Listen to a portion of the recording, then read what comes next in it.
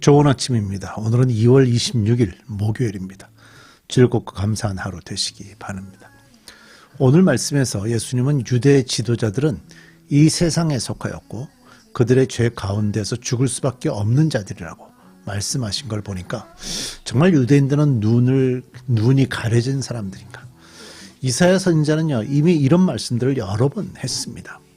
이사야 6장 10절을 보면요, 너는 이 백성의 마음을 둔하게 하여라. 그 귀가 막히고 그 눈이 감기게 하여라. 그리하여 그들이 볼 수 없고 들을 수 없고 또 마음으로 깨달을 수 없게 하여라. 그들이 보고 듣고 깨달았다가는 내게로 돌이켜서 고침을 받을까 걱정이다. 또 이사야 29장에도 나오는데요. 너희는 놀라서 기절할 것이다. 너희는 눈이 멀어서 앞을 못 보는 사람이 될 것이다. 포도주 한 모금도 마시지 않았는데 취할 것이다. 독한 술 한 방울도 마시지 않았는데 비틀거릴 것이다. 주님께서는 너희에게 잠드는 영을 보내셔서 너희를 깊은 잠에 빠지게 하셨다. 너희의 예언자로 너희의 눈 구시를 못하게 하셨으니 너희의 눈을 멀게 하신 것이요. 너희의 선견자로 앞을 내다보지 못하게 하셨으니 너희의 얼굴을 가려서 눈을 못 보게 하신 것이다. 유대인들은 메시아를 알아볼 수 없었습니다. 이미 하나님의 말씀들이 다 있었고요. 그들은 하나님 앞에서 바로 서 있지 못했기 때문에 이런 저주의 말씀들을 받을 수밖에 없었죠. 이사야 53장에 보면요, 이사야가 메시아에 대한 예언을 했는데 메시아가 많은 고난을 받고 많은 질고를 지고 볼품이 없어서 아무도 그를 바라보지 아니하는 고난의 종이다 라고 했어요. 유대인들은 이사야 53장을 압니다. 그런데 그들은 왜 고난의 메시아를 조금도 염두에 두지 않은 채 기적과 표적을 가지고 등장했던 모세 같고 다윗 같은 왕을 기다렸을까요? 예수님 3년 반의 공생에는요, 모세보다 더 많은 표적들과 가르침과 행하심을 보여주었는데도 왜 유대인들은 예수님을 메시아로 알아보지 못했을까요? 그 이유는 그들의 마음에 바라는 바 경제적, 정치적 문제를 해결해 줄 메시아를 기다렸기 때문입니다. 자, 오늘 이런 내용들이 나오는데 오늘 함께 이 말씀을 들여다보십시다. 요한복음 8장 21절입니다. 예수께서 다시 그들에게 말씀하셨다. 나는 가고 너희는 나를 찾다가 너희의 죄 가운데서 죽을 것이다. 그리고 내가 가는 곳에 너희는 올 수 없다. 유대 사람들이 말하였다. 내가 가는 곳에 너희는 올 수 없다 하니 그가 자살하겠다는 말인가. 예수께서 그들에게 말씀하셨다. 너희는 아래에서 났고 나는 위에서 났다. 너희는 이 세상에 속하여 있지만 나는 이 세상에 속하여 있지 않다. 그래서 나는 너희가 너희의 죄 가운데서 죽을 것이라고 말하였다. 내가 그이라는 것을 너희가 믿지 않으면 너희는 너희의 죄 가운데서 죽을 것이다. 예수님은 유대인들에게 경고하시기를 유대인들은 지금처럼 예수님을 잡을 시기는 끝이 나고 나중에 유대인들은 죄에 가득한 불신 가운데서 망하게 될 것이다 라고 말씀하셨죠. 너희가 나를 찾다가 너희의 죄 가운데서 죽을 것이다. 늘 그래왔듯이 유대인들은 이번에도 이 말씀을 인간의 차원에서 정말 문자적으로만 받아들였습니다. 내가 가는 곳에 너희는 올 수 없다 하니 그가 자살하겠다는 말인가. 정말 어이없는 이런 표현들을 하는 거죠. 예수님은 이들에게 세상에 속한 것과 영에 속한 것의 근본적인 차이를 말씀하셨어요. 너희는 아래에서 왔고 나는 위에서 왔다. 너희는 이 세상에 속하여 있지만 나는 이 세상에 속하여 있지 않다. 유대인들은 예수님을요, 자기들의 그 논쟁이나 벌일 정도의 사람으로 보는 그런 눈을 가지고 있었기 때문에 이들에겐 전혀 소망이 없었습니다. 우린 예수님의 말투를 좀 잘 봐야 되는데요. 나는 이 세상에 속하여 있지 않다. 내가 그라는 것을 너희가 믿지 않으면, 나는, 얼마 전에 제가 생명의 빵에 대해서 말씀드릴 때 예수님은 이렇게 말씀하셨다 그랬죠. 나는 생명의 빵이다라고 할 때 나는 뭐이다. 에고 에이미. 이건 하나님이 말씀하셨던 표현이거든요. 그래서 이 표현은 예수님이 하나님이시기 때문에 하실 수 있는 표현입니다. 그래서 이 표현을 하시는 예수님은 하나님과 동등하신 분이라는 거죠. 예수님이 이렇게 계속해서 말씀하세요. 예수님이 하나님이시라는 것을 꾸준하게 말씀하시면서 힌트를 주고 있지만 유대인들의 눈은 가려졌고 귀가 멀어 있기 때문에, 귀가 가려져 있기 때문에 듣지 못하고 이해하지 못하고 있는 겁니다. 25절입니다. 그들은 예수께 당신은 누구요? 하고 물었다. 예수께서 그들에게 대답하셨다. 내가 처음부터 너희에게 말하지 않았느냐? 그리고 내가 너희에 대하여 말하고 또 판단할 것은 많이 있다. 그러나 나를 보내신 분은 참되시며 나는 그분에게서 들은 대로 세상에 말하는 것이다. 그들은 예수께서 아버지를 가리켜서 말씀하시는 줄을 깨닫지 못하였다. 유대인들은 이제 못 알아듣고 있는 거죠.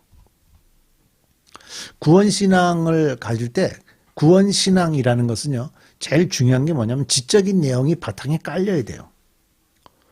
지식이 없는데 그냥 믿음으로 받을 수 없는 걸, 그건 미신이죠. 예. 무당에게 가거나 또 그냥 어디든 가서 여기서 보고 코를 만지면 아들을 낳게 해준다는 등 이런 어떤 복들이 있다 그러면 가서 또 뭐든지 다 하는 거. 그런 어떤 신앙이라고 볼 수가 없죠. 예. 우리가 얘기하는 구원신앙은요, 지식이 바탕이 돼야 됩니다. 예수 그리스도께서 하나님이라는 기본 전제가 그 중에 하나입니다. 근데 25절에 나오는 것처럼 유대인들은요, 예수님이 진작 누구인가? 예수님 당신 누구요? 라고 얘기하는 것은 철저히, 그리고 또 의도적으로 그들이 눈을 감았다라고 밖에 판단할 수밖에 없어요. 그러니까 그들은 예수를 메시아로 받아들일 수가 없는 거죠. 25절에서 유대인이 예수님에게 한 질문, 당신은 누구요? 라는 표현은요, 네가 누군데 그런 말을 해? 하는 것과 같은 조롱의 말이었습니다. 결국 이렇게 반응하고 있는 유대인들에게 예수님이 이제 하실 말은 단 한 가지 남았죠. 심판의 말씀을 하시는 겁니다. 그래서 26절에서 내가 너희에 대하여 말하고 또 판단할 것은 많이 있다라고 말씀하시는 겁니다. 예수님은 그들에게 자신이 성부로부터 왔다고 다시 말했지만 그들은 여전히 이해하려고 하지 않았습니다. 눈이 가려진 유대인들은요, 예수님이 이렇게 대놓고 자신이 하나님으로부터 왔고 하나님의 아들이라고, 그러므로 자신이 메시아라고 강조하지만 그들은 이해하지 못했습니다. 우리는 예수님을 직접 본 적이 없죠. 이 현장에 있는 유대인들은 예수님을 직접 봤잖아요. 그 앞에서 얘기하는데 그들의 머릿속에는 지금까지 자신들이 가졌던, 세상에서 줬던, 또 유대인들로부터 교육받았던, 랍비로부터 받았던 그 가치관에 갇혀 있었기 때문에 하나님의 아들을 제대로 볼 수가 없었던 겁니다. 우리가 눈을 열어야 됩니다. 하나님의 생각으로, 하나님의 시선으로 우리의 눈을 열어야 메시아가 제대로 보이고 하나님의 꿈이 우리의 삶으로 들어오는 겁니다.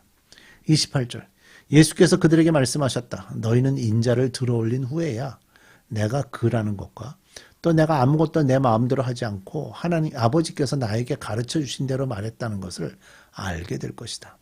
나를 보내신 분이 나와 함께 계시고 나를 혼자 버려두지 않으신다. 그것은 내가 언제나 아버지께서 기뻐하시는 일을 하기 때문이다. 이 말씀을 듣고 많은 사람이 예수를 믿었다. 자, 일부는 이런 말씀 속에서 예수를 믿고 들어와요.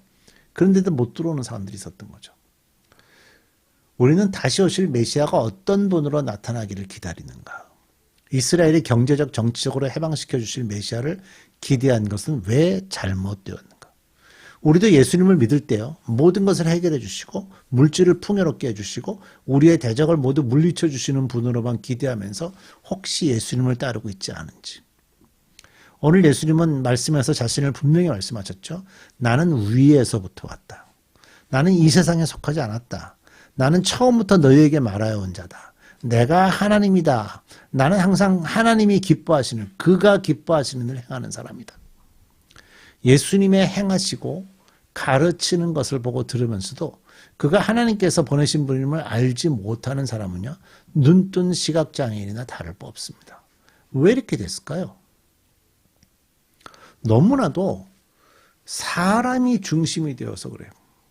그리고 사람이 중심이 되다 보니까 그 사람을 중심에 놓고 모든 기대치들을 놓고 신을 당기기 때문이에요. 구원신앙뿐이 아니라 그리스도인은요, 지식이 바탕이 되어야 됩니다. 지식은 어디서부터 오는 거죠? 말씀에서부터 오는 겁니다. 그래서 말씀을 주의 깊게 보고 듣는 가운데 신앙생활을 해야 되는데 나의 어떤 기대치만을 가지고 예수를 믿고 있으면 비슷해지는 겁니다. 이것이 얼마나 두려운 일입니까? 예수님의 말씀을 공부하고 그 공부한 말씀을 믿음으로 받아들이십시오. 그게 믿음입니다. 기도하겠습니다. 하나님, 이렇게 책을 읽으며 성경을 읽으면서 유대인들을 보면 참 답답해 보입니다. 그러나 이 책을 덮고 지금 있는 교회, 지금 있는 그리스도인들, 지금 교회 다닌다는 사람들의 삶만 보면 또 그럴듯해 보입니다. 하나님, 이런 환경 속에서 우리가 말씀을 열심히 공부하게 하시고 말씀을 기억하게 하시고 그 말씀이 기초가 된 그리스도인으로 살아가게 해 주옵소서. 예수님의 이름으로 기도드립니다. 아멘.